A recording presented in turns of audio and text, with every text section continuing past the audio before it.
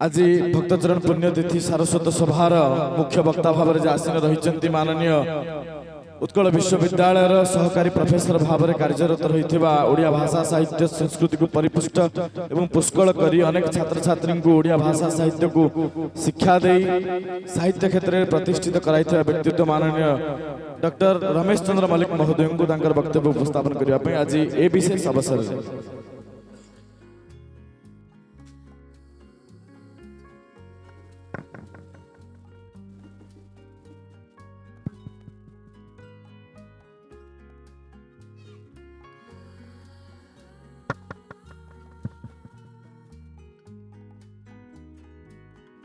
नमस्कार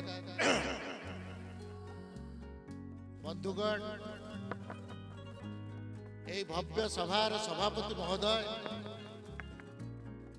ए माटीर पुत्र तांको मु साधुवाद ज्ञापन करुछि। आज ए भव्य सभा ए भव्य सभार मुख्य अतिथि भाव में जे योगदान करिसंती, जे अप्रतिद्वंदी सांबादिक, जे अप्रतिद्वंदी व्यक्तित्व, जे ओडिशार भाषा आंदोलन कर्णधार से प्रद्युम्न शतपथी महोदय भक्तिपूत प्रणाम जन। श्रद्धेय संजय बाबू ओडिशा साहित्य एकाडेमी प्रतिनिधित्व करुवा उपसभापति, मोर बड़ भाई बैरागी भाई, उपस्थित श्रोता बंधुगण, भक्त चरण प्रेमी, ये जो जन समारोह आपण माने एत संख्यार उपस्थित अछंती, आपण मानकु मु आउ थरे मोर प्रणाम जणे कि वक्तव्य आरंभ करूछु। बैरागी भाई बा मोर पूर्वतन वक्ता से आखि खोली देले भक्त चरण विषय माटीर महिमा गान, वीर पुरुष मानकर अवदान संपर्क से जो सूचना देले ता निश्चित भाव में हमको अनुप्राणित करुची। आमे ओडिया भाव में गर्व अनुभव करुचे जे ये सान पदर माटी रे आज जो भव्य सभा अनुष्ठित होईची, एई सभा रे आमे जो वीर मान को आज स्मरण करुचु। आगामी दिन में ये वीर मानकर कथा आम पिला मान को अनुप्राणित करिवो, आ सेमाने मध्य ए वीर गाथा रचना करिवे।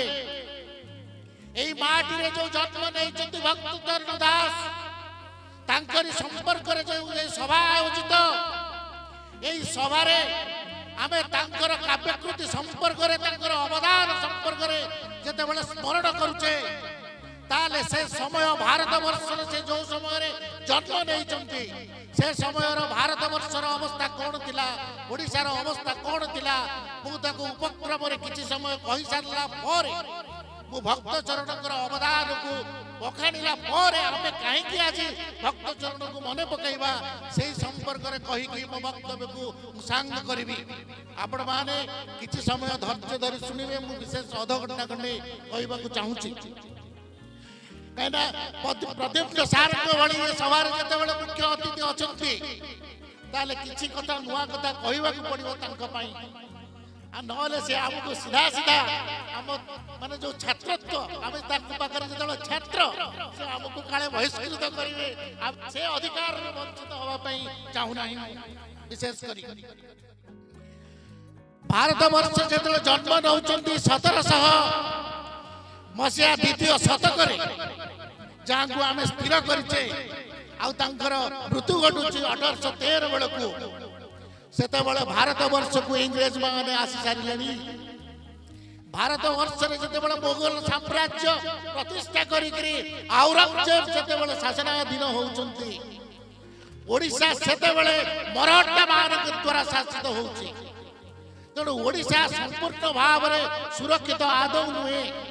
ओडिशार गणजातर जो समस्या से समस्या जदिओ आज आम पाखे से समस्या नहीं, गणजातटी अत्यंत्र समस्या भाव समस्या बहुल, तारी भितर आमर जनसमाज जो संकट देकर गति करुचंती तारी भितर जन्म नौचंती आमर कवि सेई लोकंकर कवि जे लेखुचंती मनोबोध चौतिसा कला कलेवर कन्नाई संगे रोहिणी सुत सेई मनोबोध चौतिसा होची आम पिलांकर जीवन सेई आम पिलांकर ज्ञानर पुंजी जोटी आम पिला मानक पई शिक्षार कौनसी व्यवस्था नहीं सेई कविमान रचना करुचंती आमर जो शिशु जन्म नब से केवल अद्वितीय गोटे ज्ञानी शिशु हम से शिशु को से वर्ण शिक्षा दौरान जो व्यंजन वर्ण कटारू क्ष पर्यंत 34टा वर्ण को आधार करी से रचना करुचंती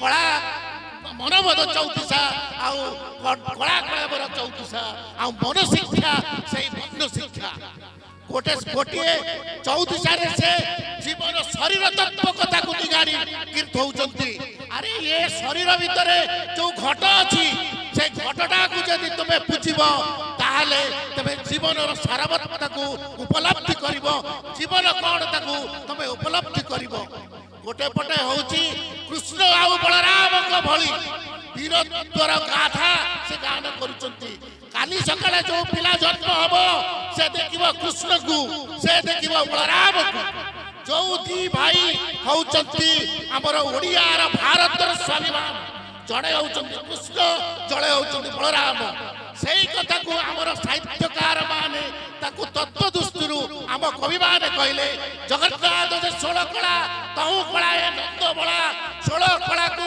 एक करी गोबे वीर हे नर सेई नर हरि के जे विदग्ध चिंतामणि रे कुआ गला अपराकृत प्रेम जय राधा हरि अव्यक्त लीला कर अवतरी से हेले अपाकृत तांकु देखि हब नाही तांकु अनुभव करी हब से होचंती के ता कृष्णस्तु भगवान स्वयं ताले आमे काहे कि ये शास्त्र पढिबा हमर शास्त्र पढिबा आ ये शास्त्र सुनिबा कोन पे दरकार कुआगला धर्मार्थ काम मुख्य पैचक्षण कला सूच कीर्ति गौरति प्रीति च साधु काव्य निवेशनम मनीषर जो चतुर्वर्ग फल प्राप्ति आमर अग्निपुराण रे कहा जायछि नरतम दुर्लभ लोके तात दुर्लभ कवि कवित्व दुर्लभ लोके तात दुर्लभ कवि प्रतिभा सेई प्रतिभावान कवि होचंती मधुरा मंगलर रचयिता भक्त चरण दास से कौन कहले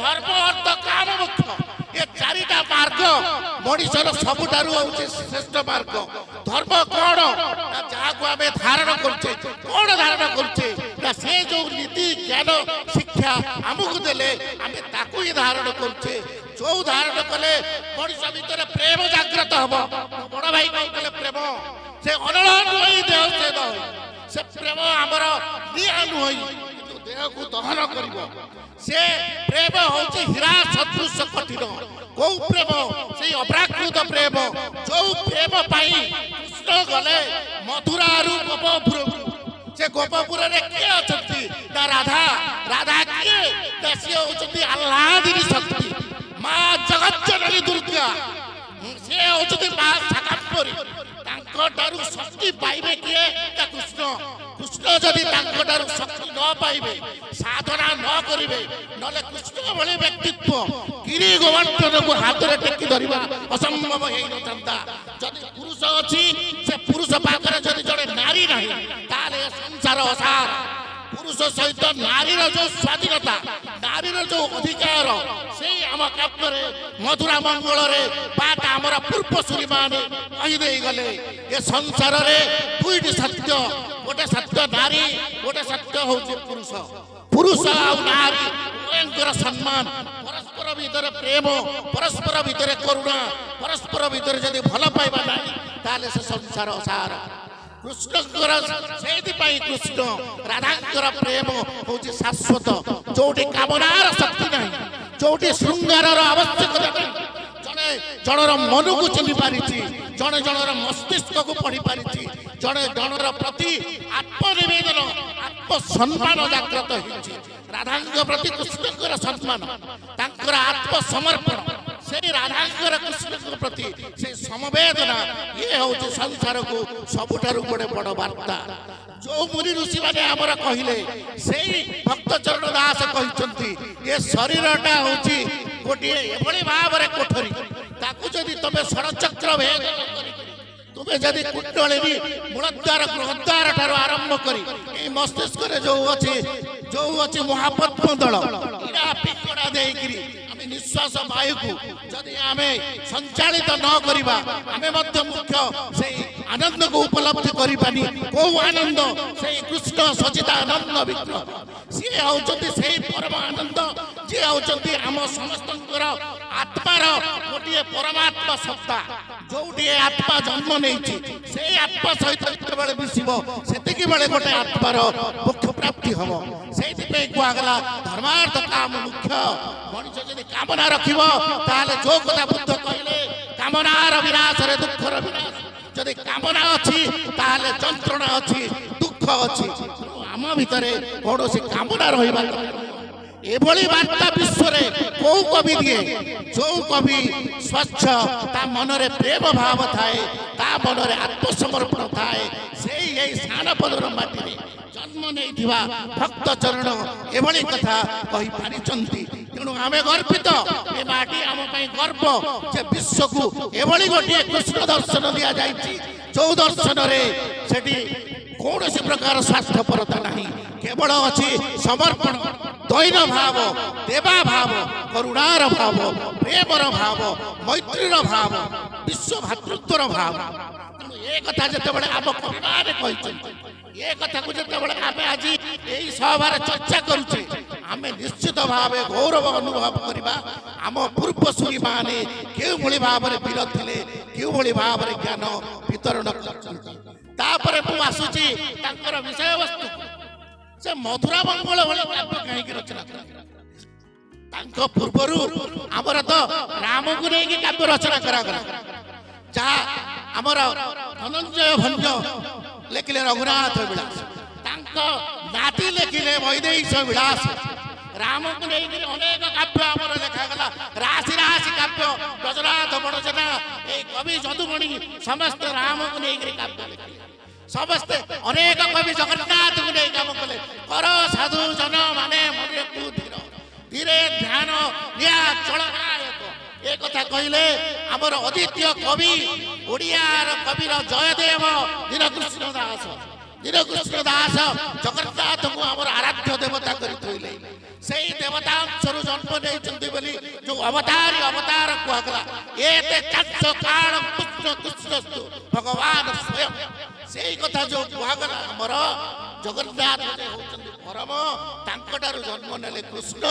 ସେଇ ଦୀନକୃଷ୍ଣ ଦାସ, ସେଇ ଯୋଉ କବି ଆମର ଜୟଦେବ ଯାହାକୁ ଆମେ କହୁଛେ, ଯିଏ ରଚନା କରିଛନ୍ତି ଆମର ଗୀତ ଗୋବିନ୍ଦ।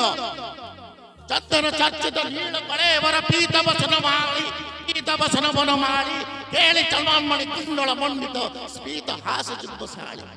ସେଇ ଯୋଉ ବସନ କଥା ଭାଇ କହୁଥିଲେ, ପୀତ ବସନ, ସେଇ କୃଷ୍ଣ, ତାଙ୍କର ଅଧର, ତାଙ୍କର ମୁଖ, ତାଙ୍କର ଯୋଉ ଯୋଜଲ୍ୟମାନ ଶକ୍ତି, ଯୋଉ ଶକ୍ତି ଆପଣ ମହାଭାରତରେ ଦେଖିଲେ, ସେ କିଭଳି ଭାବରେ ବିଶ୍ୱରୂପ ପଦାର୍ପଣ କଲେ। କାହା ପାଖରେ? ତା ମାନେ ଦୁର୍ଯ୍ୟୋଧନ ପାଖରେ। ଯୋଉଠି ଅହଙ୍କାର ଅଛି, ଯୋଉଠି ଗର୍ବ ଅଛି, ଯୋଉଠି ଆତ୍ମଶ୍ଳାଘା ଅଛି, ଯୋଉଠି ଦପ୍ତ ଅଛି, ଯୋଉଠି ଆସ୍ଫାଳନ ଅଛି, ସେଇଠି ଦଣ୍ଡାୟମାନ କରନ୍ତି କୃଷ୍ଣସ୍ତୁ ଭଗବାନ। ସେଇଠି ସେ ଧର୍ମ ସଂସ୍ଥାପନା ପାଇଁ ନିଶ୍ଚିତ ଭାବରେ ସେ ପଦାର୍ପଣ କରୁଛନ୍ତି। ଯେତେବେଳେ କଂସର ରାଜତ୍ୱରେ ସମଗ୍ର ମଥୁରା ବିଭତ୍ସ ହେଇଯାଇଛି, ମଥୁରାର ଲୋକମାନେ ଯେତେବେଳେ କଷ୍ଟର କଷଣରେ ସମସ୍ତେ ଜର୍ଜରିତ, ସେତିକି ବେଳେ କୃଷ୍ଣଙ୍କର ବଳରାମଙ୍କର ଆଗମନ ଘଟୁଛି ମଥୁରାପୁରକୁ। ଗୋଟେ ପଟେ ଗୋପଲୀଳା ସାରିଲେ, ପ୍ରେମ କଲେ, ଶକ୍ତି ଆହରଣ କଲେ, ଗର୍ଭଗଞ୍ଜନ କଲେ। କାହାଙ୍କର? ଦେବରାଜ ଇନ୍ଦ୍ରଙ୍କର ପୁତନା ସଖା ବକାସୁର, ଚୂଡ଼ାବର୍ତ୍ତ, ଅଘା ସମସ୍ତଙ୍କୁ ନାଶ ନ କଲେ।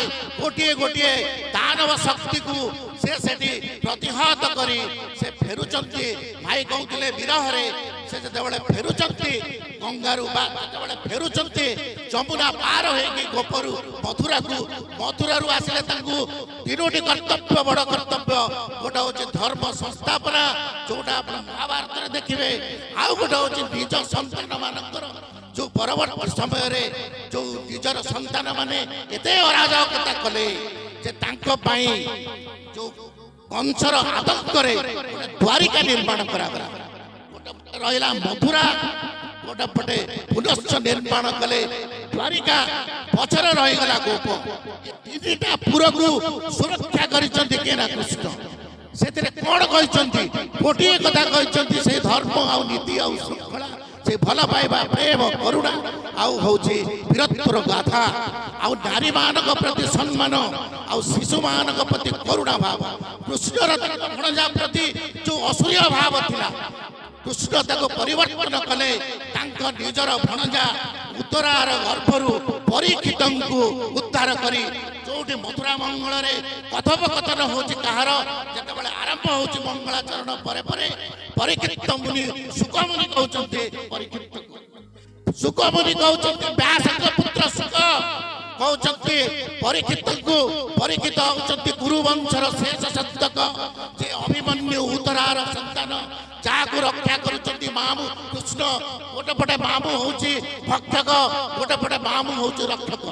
ସେଇଥିପାଇଁ ଆମେ ଯେତେବେଳେ କହୁ ଗୋଟେ ପଟେ ମାମୁକୁ କହୁ କଂସ ମାମୁ, ଆଉ ଗୋଟେ କହୁ କୃଷ୍ଣ ମାମୁ। ସେଇ କୃଷ୍ଣ ମାମୁ ଯିଏ ସୁରକ୍ଷା ପ୍ରଦାନ କରୁଛି, ଗୋଟେ ପଟେ ମାମୁ ଯିଏ ଆମକୁ ହତ୍ୟା କରୁଛି। ତେଣୁ ଉଭୟଙ୍କ ଭିତରେ ଯୋଉ ପରିବର୍ତ୍ତନ ଘଟିଛି, ସେଇ ପରିବର୍ତ୍ତନର ସୂତ୍ର ହଉଛି ପ୍ରେମ ଆଉ ଭଲ ପାଇବା। ସେଇ ପ୍ରେମ ଭଲ ପାଇବାକୁ ଆଧାର କରି କୃଷ୍ଣ ତାଙ୍କର ପ୍ରତିଷ୍ଠା କଲେ, ତାଙ୍କର ଧର୍ମ ସଂସ୍ଥାପନା କଲେ। ସେଇ ଅହଙ୍କାର ଯୋଗୁଁ ନିଜେ ମଧ୍ୟ ନିଜର ବଂଶକୁ ସେ ଧ୍ୱଂସ କଲେ। ଯଦିଓ ଏ କଥାଟି ମଥୁରା ମଙ୍ଗଳରେ ନାହିଁ, ତାହେଲେ ଆପଣମାନେ ଏକଥା ସମସ୍ତେ ଜାଣନ୍ତି। ତେଣୁ ମଥୁରା ମଙ୍ଗଳରେ ଯୋଉ କଥାଟି ଅଛି, କୃଷ୍ଣଙ୍କର ଯୋଉ ଅବଦାନ କଥା ଆମେ କହୁଛୁ, ବଳରାମଙ୍କର ଅବଦାନ କଥା କହୁଛୁ, ସେଇ କୃଷ୍ଣଙ୍କର ବଳଦାନ, କୃଷ୍ଣ କିଏ ଆଉ ବଳରାମ କିଏ? ସେ କୃଷ୍ଣ ବଳରାମ ହଉଛନ୍ତି ଆମର ଧର୍ମର ପ୍ରତୀକ। ସେଇ ଧର୍ମକୁ ସେମାନେ କଣ କରିଛନ୍ତି? ସେମାନଙ୍କର ଯଦି କୃତିତ୍ୱ ଆଜି ଯଦି ଆମ ଶିଶୁମାନଙ୍କ ମନରେ ସଞ୍ଚରିତ କରାଯାଏ, ସେମାନେ ନିଶ୍ଚିତ ଭାବରେ ସେ କୃଷ୍ଣ ବଳରାମଙ୍କ କଥାକୁ ମନରେ ଧରିକି ନିଜ ଚରିତ୍ରକୁ ଗଠନ କରିବେ। ନିଜେ ବୀରତ୍ୱ ଭଳି ତାଙ୍କ ଭଳି ବୀର ହେବା ପାଇଁ ଧର୍ମ, ଜ୍ଞାନ, ସମସ୍ତ ଜ୍ଞାନରେ ନିପୁଣ ଥିଲେ କୃଷ୍ଣ ଆଉ ବଳରାମ। ତାଙ୍କର ବିଦ୍ୟାଗୁରୁ ଥିଲେ ସନ୍ଦୀପନି। ତାଙ୍କଠାରୁ ଯେତେବେଳେ ସେ ବିଦ୍ୟା ସଂଗ୍ରହ ବା ବିଦ୍ୟା ଗ୍ରହଣ କରିଛନ୍ତି, ସେ ଯୋଉ ତାଙ୍କର ବିଦ୍ୟା ଗ୍ରହଣରେ ବିଶ୍ୱକୁ ଯେତେବେଳେ ଜୟ କରିପାରିଛନ୍ତି, ମଥୁରା ମଙ୍ଗଳ ଆମକୁ ଶିକ୍ଷା ଦିଏ ଗୋଟିଏ ବିଦ୍ୟାର୍ଥୀର ଧର୍ମ କଣ, ଗୋଟିଏ ରଜାର ଧର୍ମ କଣ, ଗୋଟେ ପ୍ରଜାର ଧର୍ମ କଣ, ଗୋଟେ ପ୍ରେମିକାର ଧର୍ମ କଣ, ଗୋଟେ ପ୍ରେମିକାର ଧର୍ମ କଣ, ଗୋଟେ ନାରୀର ଧର୍ମ କଣ, ଗୋଟେ ପୁରୁଷର ଧର୍ମ କଣ, ଘରେ ଯୋଉମାନେ ଅଛନ୍ତି ଗୁରୁଜନ ତାଙ୍କର ଧର୍ମ କଣ। ତେଣୁ ଏ କଥାଟି ଯେତେବେଳେ ମଥୁରା ମଙ୍ଗଳର ଅତି ସରଳ ଭାବରେ 30 ଛାନ୍ଦ ବିଶିଷ୍ଟ, ପୁଣି ସାଙ୍ଗୀତିକତା ପୂର୍ଣ୍ଣ, ସେଥିରେ କଣ ରହିଲା ନା ବାଦ୍ୟ ବାଜିବ, ତାକୁ ସଙ୍ଗୀତ ଆକାରରେ ଗାନ କରାଯିବ ମଥୁରା ମଙ୍ଗଳ। ସେଇ ଗାନଟାକୁ ଶୁଣିବେ, ଶୁଣିଲେ କଣ ହବ ନା ଗୋଟିଏ ଶିଶୁ ବା ଗୋଟେ ବ୍ୟକ୍ତିର ଯୋଉ ଭାଷାର ଦକ୍ଷତା ତାର ସେ ପଢିବ। ଭାଷାର ଦକ୍ଷତାରେ ଅଛି ଜ୍ଞାନର ଦକ୍ଷତା, ଜ୍ଞାନର ଦକ୍ଷତାରେ ଅଛି ଶକ୍ତି। ଯାହା ପାଖରେ ଜ୍ଞାନ ଅଛି ତା ପାଖରେ ଶକ୍ତି ଅଛି। ତେଣୁ ଆମର ପ୍ରାଚୀନ ସାହିତ୍ୟରେ ଯୋଉ ରହିଛି ଶକ୍ତି, ସେଇ ଜ୍ଞାନ ରୂପକ ଶକ୍ତି ଆମର ମଥୁରା ମଙ୍ଗଳରେ ଯୋଉ ରହିଛି, ତାକୁ ଯଦି ଆମେ ପାଳନ କରିବା, ତାକୁ ଯଦି ଆମେ ବ୍ୟାଖ୍ୟା କରିବା, ତାହେଲେ ନିଶ୍ଚିତ ଭାବରେ ଆମ ପିଲାମାନଙ୍କର ଚାରିତ୍ରିକ ଗଠନ, ବୌଦ୍ଧିକ ଜ୍ଞାନ, ଆଉ ଆମ ଭିତରେ ଥିବା ଭାଇଚାରା, ଆମ ଭିତରେ ଥିବା ଏ ଯୋଉ ବଂଶର ପ୍ରକୃତି ନିଶ୍ଚିତ ଭାବରେ ବିଲୋପ ହେବ। ଆମେ ଗୋଟେ ସୁସ୍ଥ ସମାଜ ଗଠନ କରିବା, ଯୋଉଥିରେ ମଥୁରା ମଙ୍ଗଳରେ ଯାହା କୁହାଯାଇଛି, ଆମର ସମ୍ପର୍କର ଯୋଉ ଡୋରି ସେଥିରେ ବନ୍ଧା ଯାଇଛି। ଭାଇ ସଙ୍ଗେ ଯଦି ଭାଇ ନାହିଁ ତାହେଲେ ଆମେ କହୁ, ତାହେଲେ ଘରେ ଯଦି ଗାଈ ନାହିଁ, ତାହେଲେ ଘରେ ଯଦି ଭାଇ ନାହିଁ ତାହେଲେ ସେ ଘର ସୁନ୍ଦର ନୁହେଁ। ସେଇ କୃଷ୍ଣ ବଳରାମ ଯୋଉ ଭାତୃତ୍ୱ ଭାବନା ତାଙ୍କ ଭିତରେ ଅଛି, ଯୋଉ ଜଗାବଳିଆ ଭିତରେ ଯୋଉ ଭାତୃତ୍ୱର ଭାବନା ଆମେ ଦେଖୁଛୁ, ଯୋଉ ମାଟିରେ ଭାତୃତ୍ୱର ପ୍ରେମ ସ୍ରୋତ ବହି ଯାଇଛି ସେଠି ଆଜି କାହିଁକି ବୈମାତୃକ ଭାବନା, ଆଜି କାହିଁକି ପରସ୍ପର ଭିତରେ ସେ ନେଇଗଲା ଇଏ ଦବ ନାହିଁ, ୟାକୁ ନେଇକରି ଗୋଟେ ଦ୍ୱନ୍ଦ, ୟାକୁ କାହିଁକି ଆମେ ଏତେ ପରିମାଣରେ ବଢି ଯାଇଛି ଏଇ ଦ୍ୱନ୍ଦ ଯେ ଭାଇ ଚିହ୍ନୁନି ଭାଇ। ଯୋଉଠି ଆମ କବିମାନେ କହିଛନ୍ତି ଯଦି ଭାଇ ନାହିଁ ସାଙ୍ଗରେ ତାହେଲେ ସେ ଘର ସଂସାର ନାହିଁ। ତେଣୁ ମଥୁରା ମଙ୍ଗଳର ଜୀବନ ଦର୍ଶନ, ଆମର ମଥୁରା ମଙ୍ଗଳର ଯୋଉ ପ୍ରକୃତିର ପ୍ରେମ କଥା ବର୍ଣ୍ଣନା କରାଯାଇଛି, ମଣିଷ ତାଙ୍କ ଜୀବନରେ ପରିବେଶକୁ କେମିତି ସୁରକ୍ଷା କରିବ, ସେ ଯୋଉ ଗିରି ଗୋବର୍ଦ୍ଧନ କଥା କୁହାଗଲା, ସେ କାହିଁକି ଗିରି ଗୋବର୍ଦ୍ଧନକୁ ଉଠେଇଲେ, ସେ ଗିରି ଗୋବର୍ଦ୍ଧନ କଣ ଥିଲା? ଆମ ପାଖରେ ଯେତେ ସବୁ ଆମର ଘର ବାରିରେ ଯେତେ ସବୁ ଗଛ ବୃକ୍ଷ ଅଛି ସେ ପ୍ରତ୍ୟେକ ବୃକ୍ଷର ଗୋଟେ ଔଷଧୀୟ ଗୁଣ ଅଛି। ତେଣୁ ଆମ୍ବ ବୃକ୍ଷ, ନିମ୍ବ ବୃକ୍ଷ ଇଏ ହେଉଛନ୍ତି ୟା ଭିତରେ ଯେତିକି ଔଷଧୀୟ ଗୁଣ ଅଛି ତାହେଲେ ଅନ୍ୟ କୌଣସି ବୃକ୍ଷରେ ଏତେ ଔଷଧୀୟ ଗୁଣ ନାହିଁ। ସେ କଦମ୍ବ ବୃକ୍ଷ କଥା ହଉ, ସେ କଦମ୍ବର ଡାଳ କଥା ହଉ, ଏମାନେ ଏଇ ବୃକ୍ଷରେ ଯୋଉ ଔଷଧୀୟ ଗୁଣ ଥିଲା ସେଇ ଔଷଧୀୟ ଗୁଣ ମଧ୍ୟ ଆମ ପରିବେଶକୁ ସେ ସୁରକ୍ଷିତ କରି ରଖୁଥିଲା। ଆଜି ଆମେ ସେ ଗଛକୁ କାଟିକିରି ସଫା କରୁଛେ, ଆମେ ଜାଣୁନେ ଯେ ସେ ଗଛ ଆମ ଜୀବନ ପାଇଁ କେତେ ପରିମାଣରେ ଦାୟୀ।